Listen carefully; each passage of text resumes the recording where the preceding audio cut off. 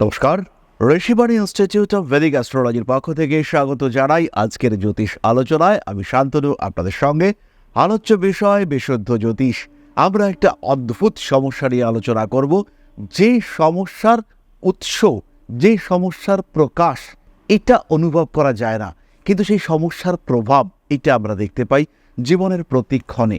সবসময় মনে হয় কোনো একটা অদ্ভুত অদৃশ্য শক্তি সেটা যেন টেনে ধরে রেখেছে পেছনের দিকে।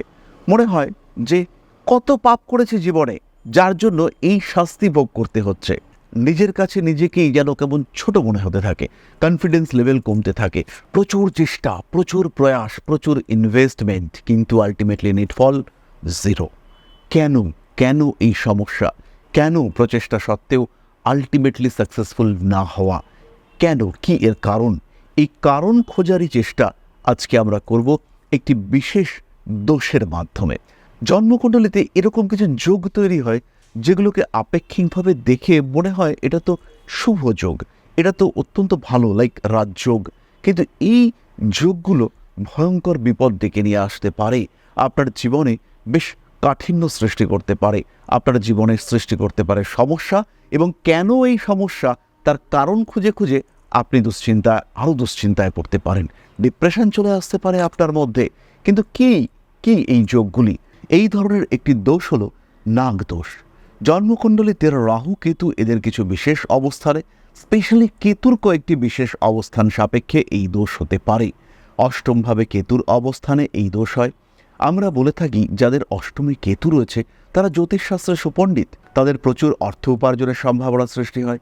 কিন্তু এদের জন্মকুণ্ডলিতে সেই ধরনের কিছু সাপ লুকিয়ে থাকে, যেটা বংশ থেকে বংশে কিংবা জন্ম থেকে জন্মান্তরে প্রবাহিত হচ্ছে। যেহেতু আমরা জন্মান্তরে বিশ্বাস করি, হয়তো 5 জন্ম আগে, 7 জন্ম আগে কোনো একটি পাপের শাস্তি সেটা এই জন্মে ভোগ করতে হচ্ছে, প্রারব্ধ কর্মফলের হিসেব মেটাতে হচ্ছে এই জন্মে। তার কারণে যত চেষ্টা করছেন, হাজার চেষ্টা সত্ত্বেও উন্নতি আসছে না, গ্রোথ সৃষ্টি হচ্ছে না। এরকম ঘটনা ঘটতে পারে নাগদোষ যদি আপনার জন্মকুণ্ডলিতে থাকে। জন্মকুণ্ডলিতে বেশ কিছু যোগ থাকলে নাগদোষ সৃষ্টি হতে পারে। তার মধ্যে 2-1টি যোগ সম্পর্কে আমরা জানার চেষ্টা করব। একটি সংস্কৃত শ্লোকে বলা হয়েছে, ইয়দা কেতুর গ্রহতেহ সৎ কলহে দুঃখদায়কঃ তদা নাগদোষ সম্ভূতাঃ সতাহানির্ণ সন্দেহ। অর্থাৎ কেতু যখন জন্মকুণ্ডলিতে কারক গ্রহকে কষ্ট দেয় তখন নাগদোষ জন্ম নেয় এবং সন্তানহানির আশঙ্কা সৃষ্টি হয়। আরও একটি সংস্কৃত শ্লোকে বলা রয়েছে, ইয়দা রাহু পঙ্খতি ভুক্তে পঞ্চমস্থে চ দুষ্টকৃতঃ কৃচ্ছৎসূতপ্রদং মনো নাগদোষং প্রজায়তে। অর্থাৎ যখন রাহু পঞ্চম ভাবকে গ্রাস করে এবং অশুভভাবে অবস্থান করে তখন সন্তান সম্পর্কিত কষ্ট ও নাগদোষের উৎপত্তি হয়। পঞ্চমপতি রাহুযুক্ত বা দৃষ্ট, আপনি ভাবছেন জাতক প্রচুর পড়াশুনো করবে, পড়াশুনোর সূত্রে জাতক বিদেশে যাবে, কিন্তু সৃষ্টি হয়ে রয়েছে নাগদোষ। এরকমই একটি যোগ হলো যদি অশ্লেষা নক্ষত্রে আপনার জন্মকুণ্ডলিতে পাপ গ্রহ অবস্থান করে, যদি অশ্লেষা নক্ষত্রে লগ্ন অবস্থান করে এবং বুধ অশুভ প্রভাবযুক্ত হয়, সেই ক্ষেত্রে নাগদোষ সৃষ্টি হতে দেখতে পাওয়া যায়। আজকে আমরা আলোচনা করব মেষ রাশির বিষয়ে। কালপুরুষের প্রথম রাশি। জন্মকুণ্ডলিতে যদি এই ধরনের নাগদোষ সৃষ্টি হয়, যে দোষকে আইডেন্টিফাই করা বেশ কঠিন, কিন্তু তার প্রভাব প্রতি মুহূর্তে আপনাকে ক্লান্ত করছে, আপনাকে ক্লিষ্ট করছে। সংসারের শান্তি কোনোভাবে খুঁজে পাচ্ছেন না, বুঝতে পারছেন না কে তৃতীয় ব্যক্তি আপনাকে ক্রমাগত ডিস্টার্ব করে চলেছে। আপনার মনে হচ্ছে চতুর্দিক ফাঁকা, শূন্যতা যেন আপনাকে গ্রাস করছে। যে সমস্ত মানুষকে ভরসা করছেন বা করেছেন, মনে হচ্ছে সেই মানুষগুলো ধীরে ধীরে আপনার থেকে দূরে সরে যাচ্ছে। যাদের উপরে ডিপেন্ড করেছিলেন, যাদেরকে নিয়ে কাজে নেমেছিলেন, যাদের জন্য বেশ কিছু ভেবেছিলেন, সেই মানুষগুলো কেমন যেন দূরে সরে যাচ্ছে। সেই মানুষগুলোর সঙ্গেই কেমন যেন দূরত্ব তৈরি হচ্ছে, যারাই একদিন আপনার আপন ছিল। কর্মক্ষেত্রে সবচেয়ে বেশি খাটছেন আপনি, সবচেয়ে কম রেকগনিশন আপনার, সবচেয়ে বেশি ব্যবহার করা হচ্ছে আপনাকে। এই সিচুয়েশন করে দিতে পারে নাগদোষ।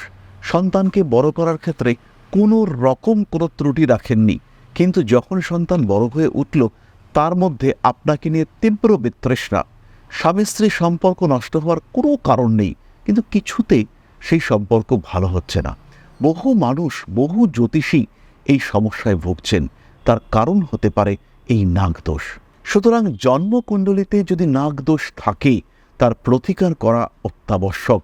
এবং যদি আপনার জন্মকুণ্ডলিতে এই নাগদোষ উপস্থিত থাকে সেই ক্ষেত্রে আপনার স্বাস্থ্যের ক্ষেত্রে সমস্যা, পড়াশুনোর ক্ষেত্রে সমস্যা, প্রচুর পড়াশুনো করছেন কিছু মনে থাকছে না, পড়াশুনো করছেন পরীক্ষার আগে আপনি হায়েস্ট নাম্বার পাচ্ছেন, কোচিংয়ে সবচেয়ে বেশি নাম্বার, কিন্তু যখন আপনি মূল পরীক্ষায় উপস্থিত হলেন সেই সময় গণ্ডগোল। ক্রমাগত দুর্ভাগ্য আপনাকে গ্রাস করছে। যখন যখন প্রপার কম্পিটিশন আপনি পিছিয়ে, কিন্তু সেই প্রপার কম্পিটিশনের আগে আপনি সবার আগে। এরকম হতে পারে নাগদোষের প্রভাব। বিয়ের জন্য পাত্রে ঠিকঠাক হয়ে গিয়েছে, হঠাৎ এমন একটা খবর আসলো, আপনি জানতে পারলেন যে পাত্রের কিছু একটা সমস্যা, যার কারণে বিয়ে করা যাবে না। আমি পুরুষদের কথাই বলছি। আপনি বিয়ে ক্যান্সেল করলেন, তারপরে জানতে পারলেন যে খবরটা আপনার কাছে এসেছিল সেটা একটা ফেক নিউজ। ব্যবসায় প্রচুর ব্যবস্থা করলেন, লস হচ্ছে। কেন লস হচ্ছে আইডেন্টিফাই করতে পারছেন না, কারণ হতে পারে এই নাগদোষ। কয়েকটি স্পেসিফিক এফেক্টের কথা আমি বলছি। অশ্বিনী নক্ষত্রের মানুষদের ক্ষেত্রে শিক্ষায় বাধা, সন্তান প্রাপ্তির ক্ষেত্রে বাধা সৃষ্টি করে এই নাগদোষ। সন্তানের সঙ্গে অ্যাটাচমেন্ট নষ্ট করার চেষ্টা করে এই নাগদোষ। বরণী নক্ষত্রের মানুষদের ক্ষেত্রে ক্রমাগত বাধা, ক্রমাগত দুর্ভাগ্যের শিকার হওয়ার প্রবণতা সৃষ্টি করে এই নাগদোষ। অকারণ ক্ষতি, বারবার ক্ষতি, আপনি বুঝতেই পারছেন না কেন ক্ষতি, কিন্তু সেই ক্ষতি হচ্ছে, কারণ খুঁজে বার করতে পারছেন না এই ক্ষতির। পার্টনারশিপ বিজনেসে প্রচণ্ড বিশ্বস্ত পার্টনার, কিন্তু তা হলেও কিছুতেই বার করতে পারছেন না কেন ক্ষতি, কিন্তু প্রতিনিয়ত কিছু না কিছু ক্ষতি হচ্ছে। দুর্ভাগ্য, সম্পূর্ণ দুর্ভাগ্য আপনাকে ডিস্টার্ব করে চলেছে। কৃতিকা নক্ষত্রের মানুষদের ক্ষেত্রে রিলেশনশিপ ম্যানেজমেন্ট এবং বেশ কিছু অদ্ভুত বাধা, সেটা হচ্ছে নাগদোষের রেজাল্ট। ধরা যেতে পারে কোনো একজন মানুষকে আপনি পছন্দ করেন, কিন্তু সেই মানুষটা আপনার কোনো একটা বিশেষ অবস্থার সুযোগ নিয়ে আপনাকে ভীষণভাবে ব্যবহার করে চলেছে। আপনি বুঝতে পারছেন আপনি ব্যবহৃত হচ্ছেন, আপনার ক্ষতি হচ্ছে, কিন্তু আপনি আটকাতে পারছেন না। দিনের শেষে, বছরের শেষে আপনি জিরো হয়ে বসে রয়েছেন। কারণ হতে পারে এই নাগদোষ। সমস্ত কিছু জানা বোঝা সত্ত্বেও কোনোভাবে ধ্বংস আটকাতে পারলেন না, কারণ হতে পারে এই নাগদোষ। সুতরাং আধ্যাত্মিক মার্গে প্রবেশ করে এই নাগদোষের প্রতিবিধান করা এটা অত্যন্ত গুরুত্বপূর্ণ। আপনার জন্মকুণ্ডলিতে আদৌ রয়েছে কিনা এই নাগদোষ সেটাকে আইডেন্টিফাই করা। আমরা আগেই বলেছি এই দোষ কিন্তু ছদ্মবেশে অবস্থান করে। এর আগে আমরা একটা দোষের কথা বলেছিলাম যার নাম ছিল প্রেতবাধক যোগ। আজকে আরও একটা এই ধরনেরই দোষের কথা আমরা বলছি, সেটি হলো নাগদোষ। অনেক সময় এই দোষকে সর্পসাপ যোগ হিসেবে ট্রিট করা হয়, কিন্তু এই দোষকে আইডেন্টিফাই করা যায় না। এই দোষ থাকলে মানুষ প্রচুর অর্থ উপার্জন করতে সক্ষম হন, কিন্তু তার জীবনের একটা বড় দিক শূন্য হয়ে থাকে। তার জীবনে কিন্তু দুর্ভাগ্য ক্রমাগত লেগে থাকে। তাই আধ্যাত্মিক মার্গে এই দোষের প্রতিবিধান করা এটা কিন্তু অত্যন্ত জরুরি। সাধারণভাবে একটি শ্লোক আমি আপনাদের সঙ্গে শেয়ার করব। সেই শ্লোকটির পাঠ এই নাগদোষকে অনেকটাই প্রশমিত করতে পারে। শ্লোকটি হলো ওং নমঃ অস্তু সর্পেভ্য যে কেচ পৃথিবীং নয়া ये अंतरिक्षे ये देवी तेव्য सर्पेभ্যো নমঃ। অর্থাৎ ওং নমঃ অস্তু সর্পেভ্য ये কেচ পৃথিবীং নয়া ये अंतरिक्षे ये देवी তেব্য সর্পেভ্যো নমঃ। আরও একটি সংস্কৃত শ্লোক আমরা উচ্চারণ করব।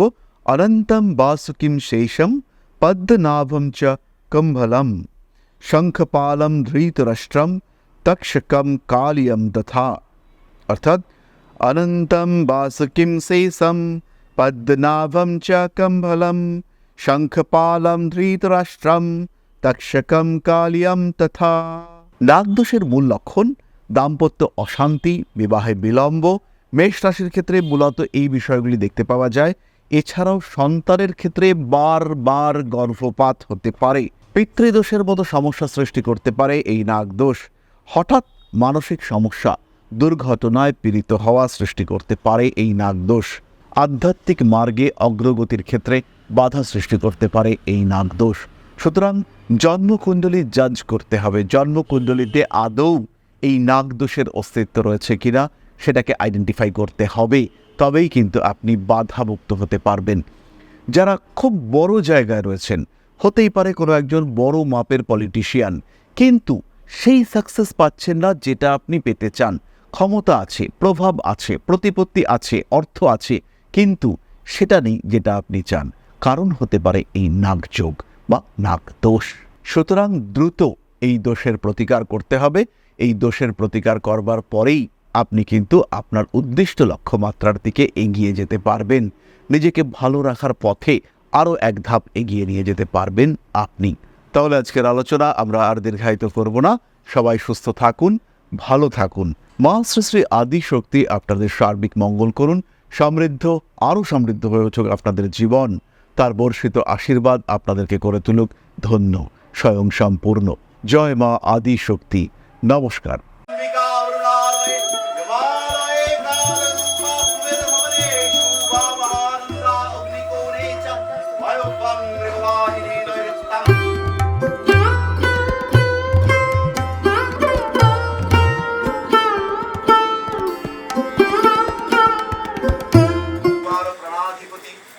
दक्षिणा कालिका परिषदाय स्वाहा।